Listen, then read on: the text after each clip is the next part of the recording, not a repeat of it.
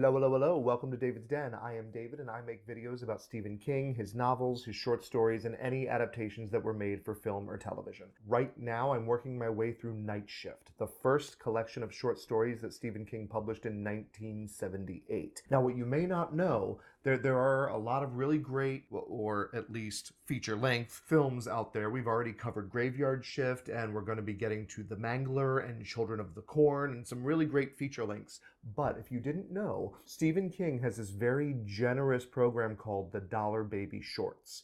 Basically, short filmmakers or student filmmakers can option one of Stephen King's short stories with some, guidelines and what's available and rules they have to follow about where they can post and share things. But they pay $1 for the rights, and they're able to shoot these films, to adapt these short stories into film. And right now we're getting into our very first short story that was done as a Dollar Baby. We're about to do Night Surf. But it seems that a lot of these Dollar Babies go through festivals, and I think one of the rules might be that they can't share it anywhere, especially for monetary gain, maybe. I'm not sure. So I'm having a hard time finding some of these short films. But this is one that I found. It's available on YouTube. I'm going to put the link directly to the movie down below. The Night Surf I found available on YouTube is from 2014, and it's written and directed by Tony Pomfret. Now, if you don't remember, you can always check out the reading vlog of Night Shift to catch my more in-depth thoughts on Night Surf.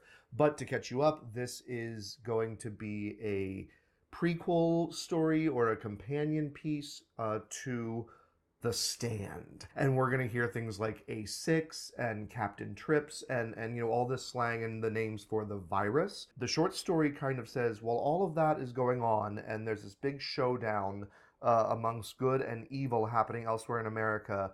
Here on the Maine coast, here on the boardwalk that is shut down and abandoned, there are 6 young adults. They seem to be teenagers, maybe, college age, and they think that it's the end of the world and they're the last people alive. So that's your basic, here's the plot, let's get into this. And just like we did on the Graveyard Shift, I'm going to watch it live. I've never seen this before, and give you some of my first impressions as we go. All right, here we go.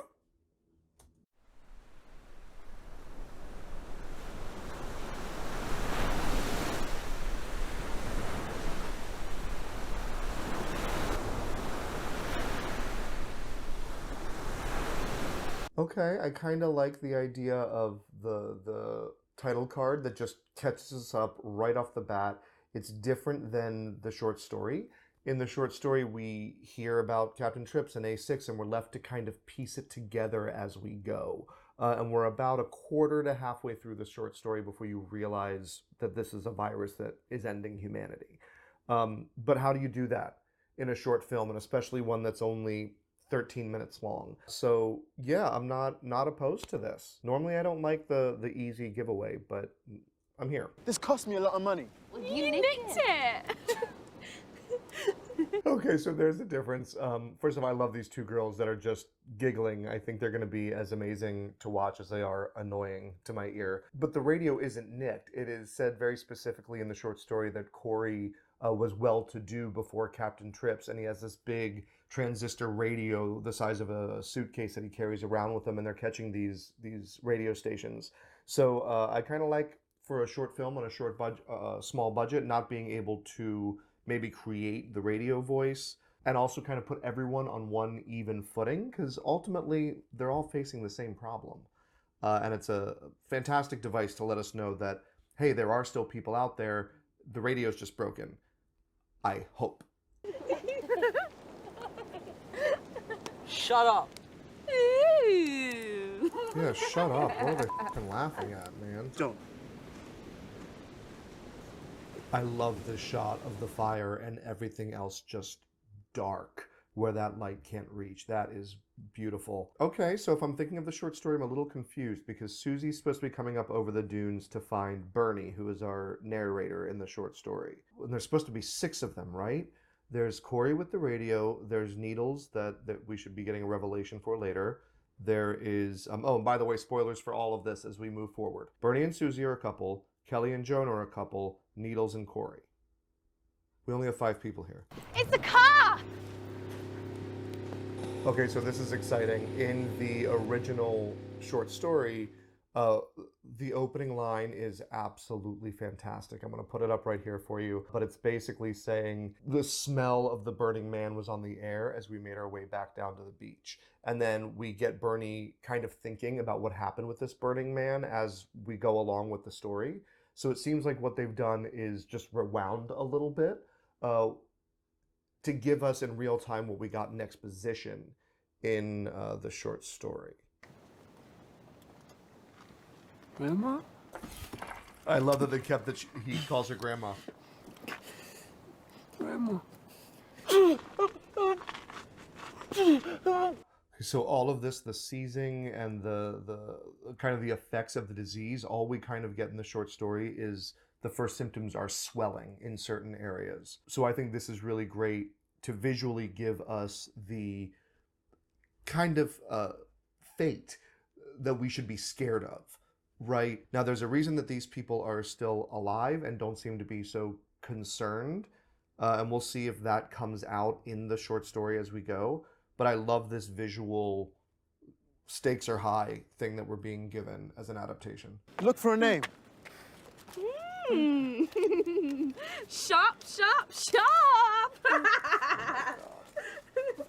I already hate Susie, but we hate her in the short story too. Alvin Sackheim.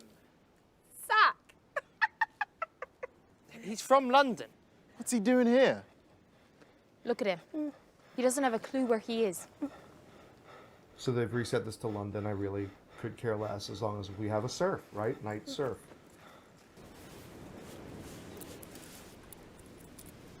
Here. It does say they use their belts in the short story. Except they're tying him to an upright, which is one of those kind of telescope things that they can look over the bay. It seems here that they're digging a hole in the beach.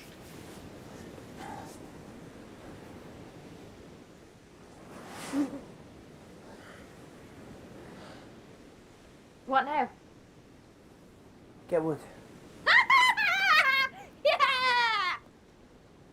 Okay, Susie's not quite that sadistic in the short story, although she is really fucking annoying. But part of that is we're coming from Bernie's point of view. We're first person for Bernie in the short story, and it's her boyfriend, who we kind of get if they hadn't been stuck together as two of the only living people left in the world, they would not still be together.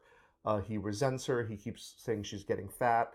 To his internal monologue. Sometimes he says things like that to her directly. We haven't gotten any of that here. We're almost halfway through the film, and we're still exploring burning this man, which is literally the first sentence of the short story. So I'm starting to wonder if we're going to get the full short story or just this one piece of it. But yeah, and I don't remember if I said this in my reading vlog. I wondered if she was pregnant, the way he kept saying she was getting fat. Or we also learned that swelling is part of Captain Trips, except we get the idea that she was just kind of getting fat in general, gaining weight in general, rather than having a specific swollen lymph node or something. But now she's laughing about setting someone on fire. It wasn't funny to her in the short story. Now she was a go-getter. Was it Corey, I think? Yeah, with the radio, makes fun of her.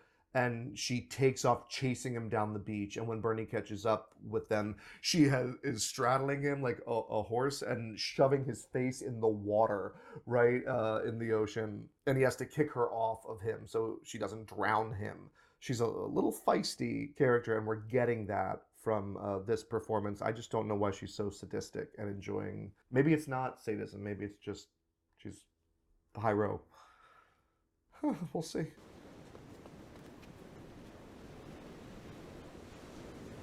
So who are these people?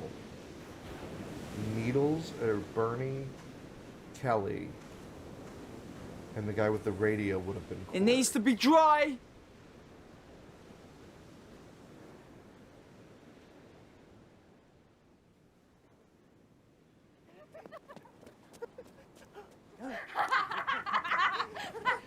Yeah, that laugh.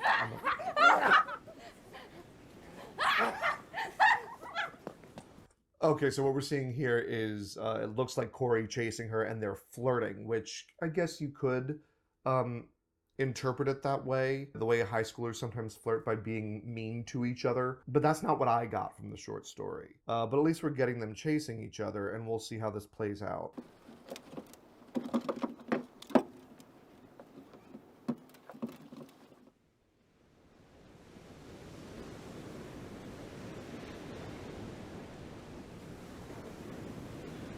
You know, I will say I'm noticing the sound of the surf is being used wonderfully. It always reminds us that we're right there at the edge of the endless vast, right? But that car drove right onto the beach and we heard surf, and now when she's at the car, we don't. So yeah, I have a little bit of a continuity consistency issue there that pulls me out of the storyline.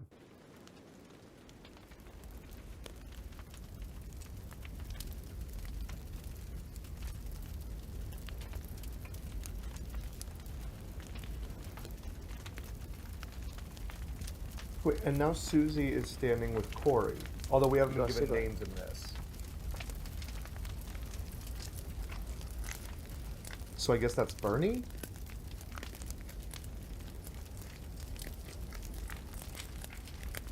So I'm gonna say I really kind of miss seeing the person burnt alive, completely upright, who is completely out of it until the last few moments where he starts shouting.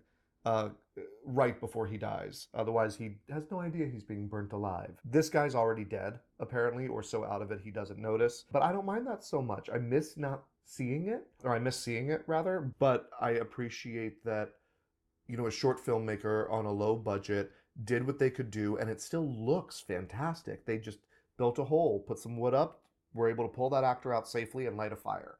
Without having to deal with CGI or special effects or you know, an actual practical effect of burning a stuntman and how much that would cost and the safety risks. So I don't mind it at all. I actually think this is almost more mysterious in a weird way because we don't get to see what happens to the body after it dies. And what is the, well, I mean, we don't in the short story either, and I always wonder what happens, but I guess that's the point of burning, right? Because fire equals purification. It'll kill any virus or disease, and that's the goal here. So visually, I think that this is shot beautifully. The effects with the fire were done within their means, and it looks good. Looks good. Susie, where are you going? I'm going swimming! Susie, don't come back! Come on! Okay, so this is like in the short story, except completely reversed. I think this is supposed to be Corey and Bernie meshed into one character, because Bernie is Susie's boyfriend, and he says, hey, let's go running, and she says, why? He says, because it feels good to run. I love that line. And he kicks off his shoes and he goes running down the beach, and he meets up with the rest of the group. Well, Kelly and Joan and Kelly and Joan, who have already made it to the lean-to. Corey's behind them.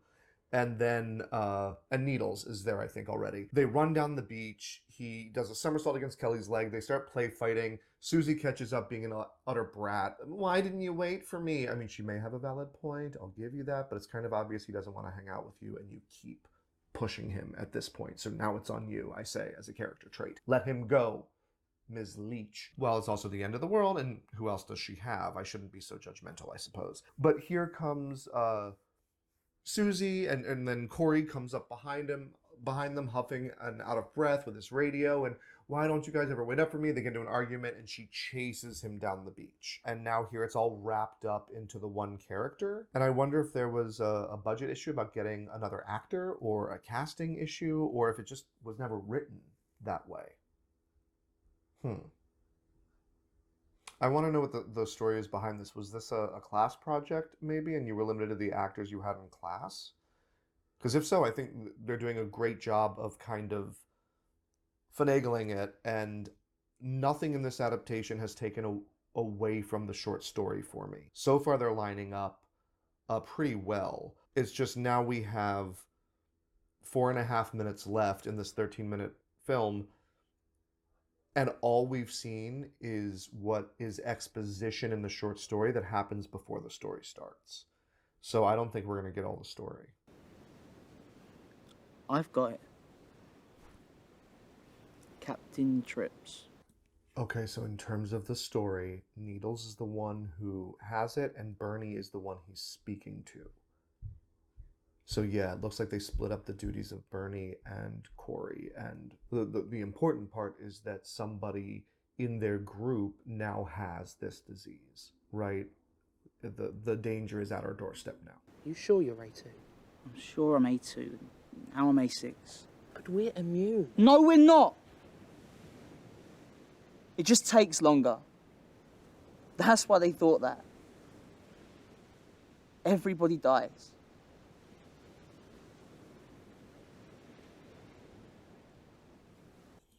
That's it. I think that's the theme of this short film. Everybody dies, and coming to terms with that. As we all have to do at some point in our life, we all eventually realize our own mortality. And while that is an element of Night Surf, the short story, I also have, this scene that I'm hoping happens between Bernie and his girlfriend, and the things that they talk about. He can't have it. He had A2 just like us, and that means we're immune. And then his thoughts are, she knew well that didn't necessarily make you immune. She had just chosen to forget it so she could enjoy the life she had left to her. So yeah, I wasn't sure what the overall theme was in the short story. It felt more to me like Stephen King was trying out an idea before he started writing the novel The Stand.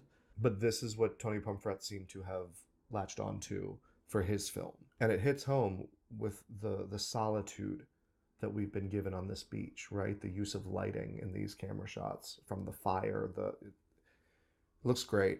It looks great.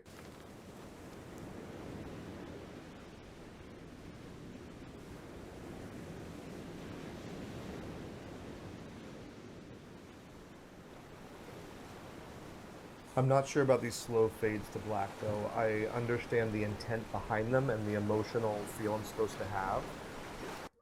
But it just feels like, okay, and now we move on to the next section. I'd rather just flow a little more seamlessly, just move from one scene to the other rather than the slow fade. I think it tries to be too artistic. It's too aware of itself as a film, as a piece of art. But now it's morning again. One of my favorite lines, I love Stephen King's turn of language, is when he gets out of bed and he looks at the surf and he guesses it must be about 4 in the morning, 4:15, I think, because of where the tide is at. His watch had stopped. And he says, the night breeze felt cool against my hot body. The whole story is so sensory, from remembering walking down the boardwalk and looking in the windows of all the shops as they, after burning the body and having this whole chase thing I've been talking about, Bernie and Susie go up to an abandoned apartment where all this warm beer is that they drink. They did have him drinking beer by the campfire, so I did like that nod. And he wakes up and he looks out the window, and then Susie says, come back to bed, and he tells her Needles has A6. And we have the whole conversation that I've already talked about. But now it's morning. Does that conversation never happen? That was when it really landed home and became human, I think, in the short story, because it was the two of them having an honest conversation, even though they don't really get along so well anymore. But this fear of death unifies them in the short story. And here they never come back together. Or we never see the conversation with Corey/Bernie and Susie after they've run away. But that's also kind of like Kelly and Joan. At one point, Bernie sees them walking along the beach, and he's like, that's true love. Good for them. I don't have it, but good for them. Looking at Susie detestedly. And the two of them sleep in the lean-to, I think, while Bernie and Susie are in the room.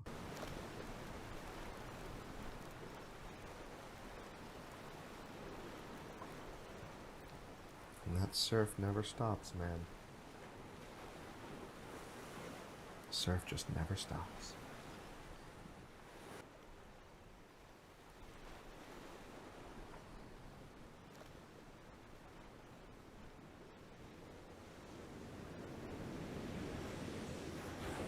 I kind of like that the guy who thinks he has A6 is now sitting in the car of the person that they burned to death. That's kind of a neat little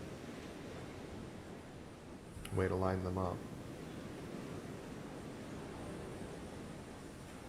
Okay, and now she is with this guy again. So that's Susie. I guess he's Bernie, and I was right Bernie, that the other guy was Courtney? Yeah, she just said Bernie. do you love me?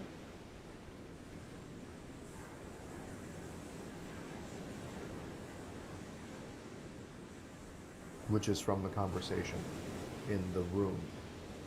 They didn't have budget for a room. I'm fine with the beach.